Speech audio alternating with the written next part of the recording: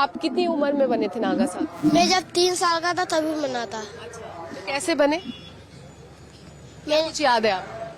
मेरे को कुछ याद नहीं, मैं 3 साल तभी बन गया था साधु। उसके बाद क्या किया? पिछले 7 साल की आपकी पूरी जर्नी कैसी थी? दीक्षा ली थी फिर मैंने। अच्छा, कहाँ रहे पिछले 7 साल? मैं अपने गुरुजी के साथ रहा, कहाँ पे?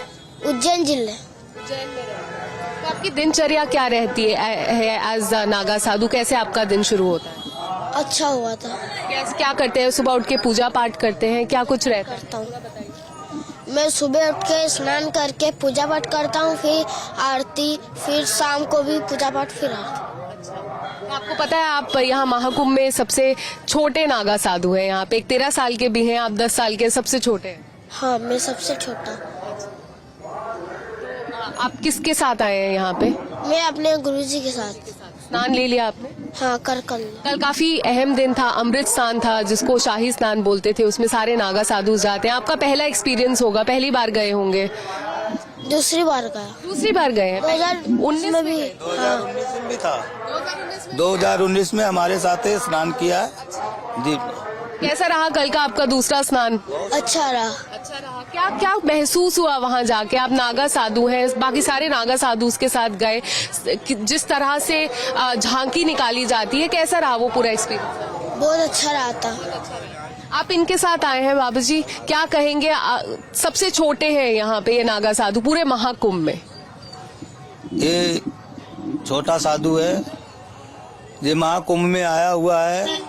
ये अपना विचार रखता हुआ कि हम भी जैसे हमारे गुरु मूर्ति है, हमसे भी बड़े बड़े हमारे गुरु मूर्ति है, तो उन्होंने हमारे सनातन धर्म का परिवर्तन करने के लिए, जैसे आप लोग अपने हिसाब से अपना परिवर्तन करते हो, वैसे हमारे गुरु लोग हमारा सनातन धर्म का परिवर्तन करने के लिए, सनातन धर्म को बढ़ाने के लिए छोटे से छोटे साधुओं का पालन करते हैं, उनको ट्रेंड करते हैं। वो किस तरह की ट्रेनिंग होती है? इन्होंने 3 साल में शुरू किया है, तो क्या कुछ रहता है? इन गुरु मूर्तियों की ट्रेनिंग तो गुरु मूर्तियों की है। गुरु मूर्ति पढ़ाते भी हैं, गुरु मूर्ति अच्छी शिक्षा देते हैं, पूरा ज्ञान देते हैं कि किस प्रकार से आपको चलना है, किस प्रकार से आपको सनातन धर्म को आगे बढ़ाना है। हमारे गुरु मूर्तियों की यही एक प्रेरणा रहता है कि हमारा कोई भी शिष्य की झोली डाल के भीख ना मांगता मिल जाए, कोई भी शिष्य हमारा कहीं ठगी करते ना मिल जाए, कोई भी शिष्य हमारा ऐसा कर्म करते हुए ना पाया जाए कि जो कि हमारी तौहीनता हो। हमारे गुरु लोग कहते हैं कि सनातन धर्म का पालन करना है, सनातन धर्म के अंदर रहना है, सनातन धर्म को आगे बढ़ाने की कोशिश। नागा साधु उसको रक्षक भी बोला जाता है सनातन धर्म का। फौज है, जैसे प्रदेश के लिए या भारत के लिए फौज है, BSF है, PSC है, ऐसे हम लोग एक फौज है।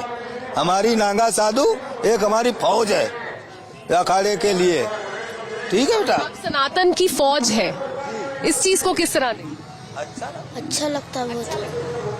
खुश होते हैं हम लोग खुश हैं, खुश रहते हैं और सदा यही पालना करते हैं सभी भक्तों के लिए कि ये गंगा मैया, गुरु महाराज, गुरु दत्तात्रेय महाराज, भोलेनाथ सबकी रक्षा करना। और ये कुंभ बड़े भव्यता के साथ मनाया जा रहा है। कहते हैं 144 साल बाद ऐसा समय आया है जो महाकुंभ पड़ा है। हम तो इसको नमन करके और गंगा त्रिवेणी मैया में स्नान करके कल धन्य हो गए। बोल गंगा मैया की जय। काफी श्रद्धालु आए हैं, करोड़ों में आए हैं। कल तो 3.5 करोड़ आए, उससे पहले 5 करोड़ श्रद्धालु आए हैं।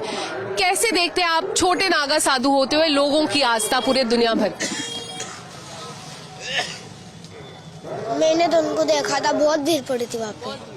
हाँ, अच्छा लगता है देख के कितने लोगों की आस्था है, सब आए हैं। अच्छा लगता है। बात कर रहे हैं महिला संत का या जो भी है, वो उनका एक इच्छा होगा, वो आई कि मुझे संत प्रवृत्ति में रहना है, उन्होंने प्रयास किया। तो कभी काफी चीजें होती है कि हम कुछ चीजें समझ नहीं पाते हैं, शायद तो समझने में समय लगता है कि हम किस मार्ग दिशा निर्देश में जा रहे हैं। और साधु प्रवृत्ति है तो अगर वो अपने को समय देंगी, जब ध्यान योग में सब उतरेंगे और साधु संतों की कृपा रहेगी तो सब समझ आ जाएगा। जैसे सोशल मीडिया पे हमने ज्यादा तो नहीं पता किसी के बारे में कि जिसके बारे में आप बात कर रहे हैं। छारिया नाम है उनका।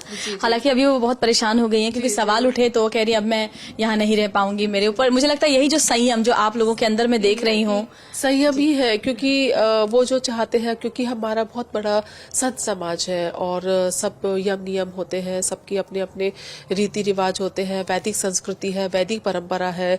तो कहीं ऐसा ना हो कि हम एक के उसमें हम वो वैदिक परंपरा को खत्म कर रहे हैं, फिर दूसरे लोग नाराज नहीं हो जाए। तो चारों तरफ सामंजस्य बनाना, और वो भी शायद समझ पाएंगी कि ऐसा नहीं है। वो बहुत सारी शक्तियों को उन्होंने अनुभव किया है, साधु संत का अनुभव किया है, तो आगे में अपने विचारों में वो परिवर्तित करेंगी, अपने अंदर उतारेंगी। और अभी समय है, समय के संस्कार के अनुसार होता है। देखिए, हम गुरुजी से जुड़े थे, हमने भी बहुत कोशिश की, लेकिन जब हमारा समय आया तभी हमारा संस्कार हुआ। हमारा 2004 में हमारे गुरुजी के सानिध्य में हुआ, और पहले हमने कभी सोचा नहीं था या हमने कभी उनसे जिद नहीं की बाबा जी हमें ऐसा चाहिए। तो बेटा, जब समय आएगा तभी गुरु कृपा होगी, तभी संत की कृपा होती है।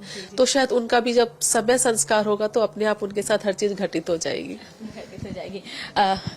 श्रद्धा माँ, आपसे भी मैं समझना चाहूंगी क्योंकि महामंडलेश्वर के रथ पे बैठने को लेकर विवाद हुआ। क्या एक नियम होता है जो आप अमृत स्नान के लिए जब जाते हैं अखाड़े के लोग और ऐसे लोग, तो फिर रथ पे बैठने का क्या एक प्रोटोकॉल होता है, क्या नियम होता है? जी, रथ में ऐसे बैठते तो है, गृहस्थी भी बैठते, गुरु भाई बहन भी बैठते हैं। मैं उनके विषय में बहुत तो नहीं जानती हूँ, पर जहाँ तक लगता है मुझे वो शायद कहीं और सोशल मीडिया से आई है, वो इंस्टाग्राम पे वगैरह पे करती थी, हर्षारी छारिया नाम है। इसीलिए उनका चेहरा समाज में अलग तरीके से लोग देखते थे। और वो शारीरिक जो खूबसूरती है वो शायद लोगों को बहुत आकर्षित है। जी जी, यही लगता है, यही एक कारण है कि वो अलग से उनका चेहरा उभर के लोगों के सामने में आए हैं और प्रश्न भी आया है।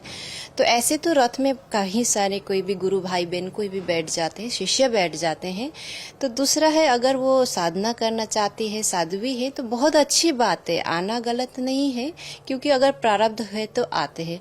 परंतु ये है कि थोड़े समय अकेले में बैठे साधना करे, और जिस चीज से आपको तकलीफ होता है या जो आपको लगा होगा कि मुझे साधना करें, अगर साध्वी है तो साधना करने आई हैं, तो इस हिसाब से साधना करते रहें, तो अपने में रहें, थोड़ा पब्लिकली न जाएं, कुछ साल साधना करें, तो सब कुछ फिर वो समझ भी पाएंगी।